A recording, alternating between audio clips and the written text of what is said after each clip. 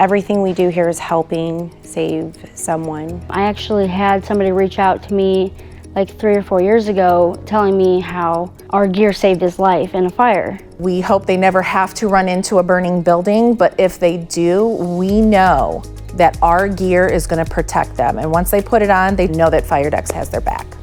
And I think Fire-Dex is on the right path to ensure that you never hear a firefighter's injured because of PPE failure.